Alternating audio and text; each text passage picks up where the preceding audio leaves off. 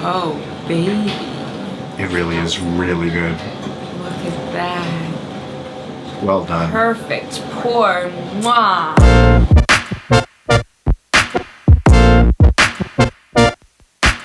Hey guys, it's Mark from Kumac. In this line of work where we're talking about building up communities, there's a lot of meetings and a lot of different events that happen where we're meeting and talking about how we're going to do this work.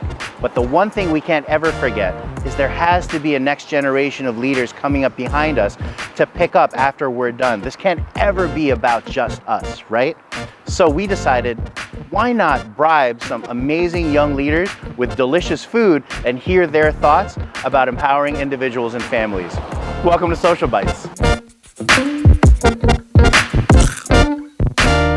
When we launched Social Bites, you knew we were going to do a brunch episode, right? I mean, we were just going to have to do a brunch episode. So we started going online to look for an amazing place, and we found Tracy Travers.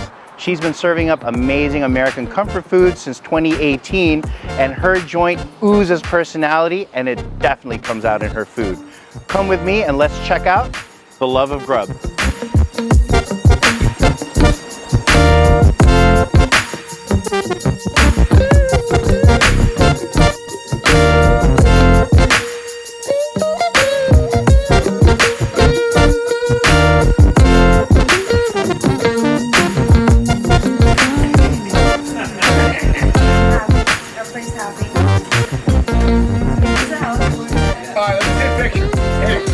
This is video. I said it outside. We were actually just looking for a place with like delicious brunch, and then we saw you. And remember, I was literally 5 miles away, and I said, I'm just gonna go see her. Yep. Let's start with tell us your name, right? Or you can tell me your name, and then when did you put up the love of grub? Well, I'm Tracy Travers, and I opened November 18th of 2018 on a whim, basically. On a whim? On a whim. I always wanted to have a place, always wanted to have a restaurant, and I had looked at other locations, always watching this location, always watching. What was it about this location that you were just... Well, I grew up in Clifton, so my husband grew up in Clifton. So we kind of had a customer base. My husband also owns a transmission shop down the street. So we had an automatic customer base if I were to open in town. I walked into this place and I felt something. This place feels like you, and it oozes your personality. I wanted a place where people would put your cell phone down and communicate as people. But it makes me happy when I see people make friends. What does it take to develop the kind of relationships you're developing? It can't be easy to know people's names, to know what they want to eat, to build relationships with them, because the restaurant life is just constantly on the go. It is easy though, because that's who I am. That's just who I am. Even on the walls, everywhere you look, there's something. So, for example, can you tell me a little bit about Live by the Sun, Love by the Moon? My husband bought this for me, and it's kind of funny because I really, when the sun is in my eyes, I'm like, Like how? I'm like one of those gremlins in the movies. But I love to be at the beach, and I love to just lay in the sun. And you know, when you get to Key West or the Bahamas or some Caribbean destination in April after a brutal New Jersey winter, the minute I get off the plane, I put my arms out and I just like warm, like the sun warming your skin feels so great. Right. But I'm definitely not a morning person. I love to stay up all night. I love to sit outside and look at the stars and all that. So he saw that, and he just thought of me and bought it for me. What do you want customers to say when they walk out of your restaurant? What's something that you want them to feel or say as they're walking out of the Love of Grub? I want them to feel like they just left my house.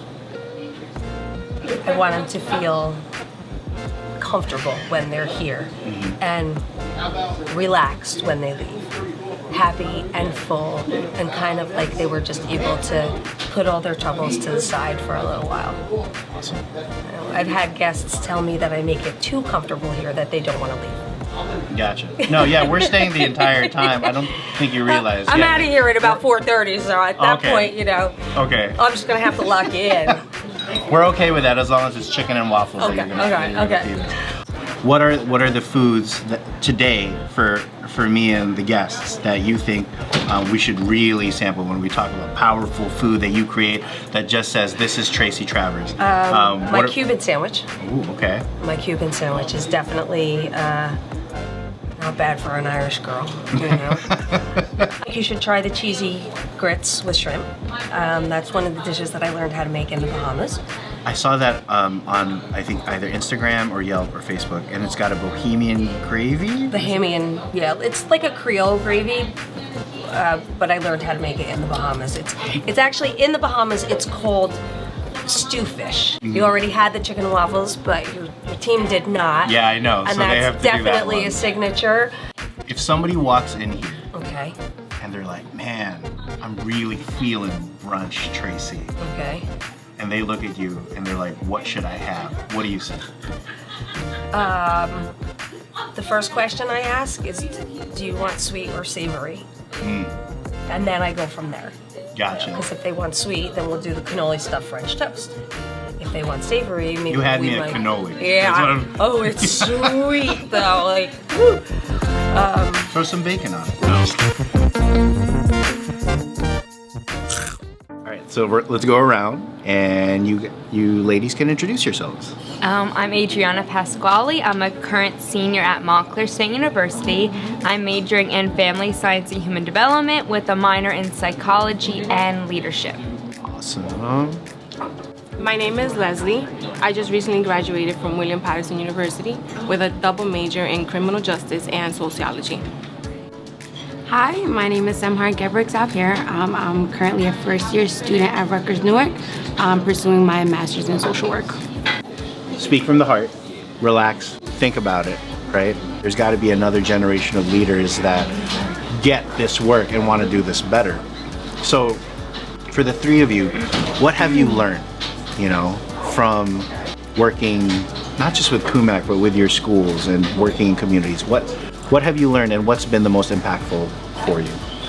It's systematic change that we need, and it's never the person, it's never the human being that's the problem. It's what can we change as a whole, and just truly inspiring how they have so much hope and still walk in with a smile on their face. So it does make me realize my privilege, and that now it's our duty as the youth and as future professionals, recent college graduates or graduating soon.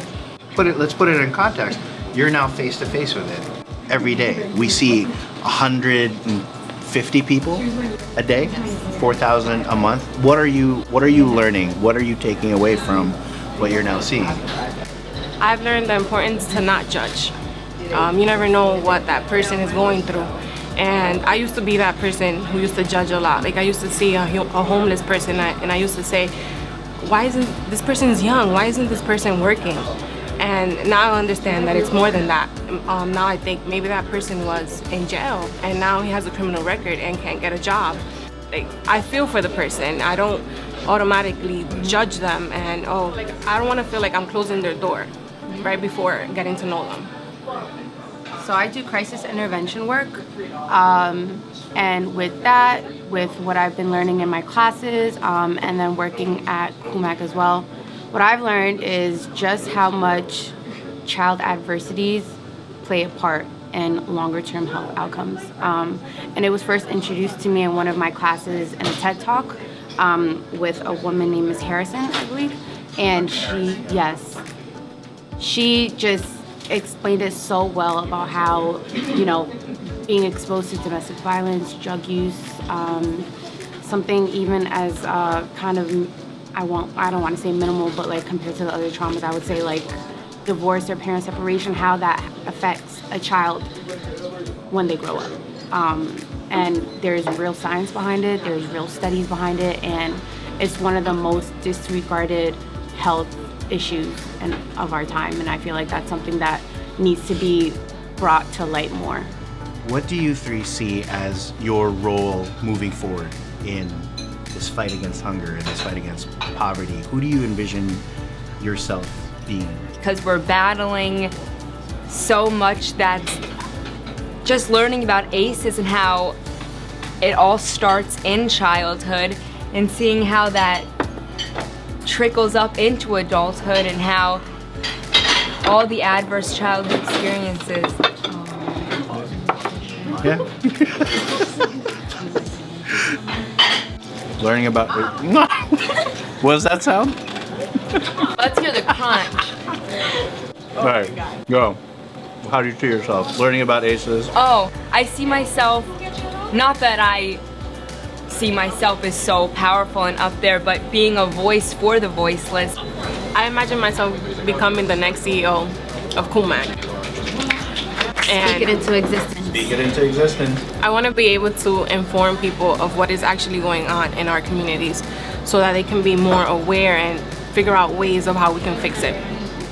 Yeah, I definitely want to be a voice for the voiceless, like Adriana said. I want to be an advocate, especially for children who are vulnerable, come from urban backgrounds, are victims of institutionalized racism. They need people who are on their side, and they shouldn't be afraid to look at powerful people in higher positions and expect that, they're going to be the disregarded ones like they have been for their entire lives. So I hope to be an advocate for vulnerable populations. The secret was Yeah. this was like What's it? very strategic. Anyway.